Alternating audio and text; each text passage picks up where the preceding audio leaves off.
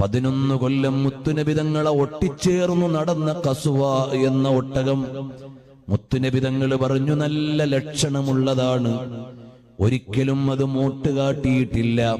ഹബീബായ സല്ലല്ലാഹു അലൈഹി വസല്ലം തങ്ങൾ റബീഉൽ അവ്വൽ 12-ന് വഫാത്തായി.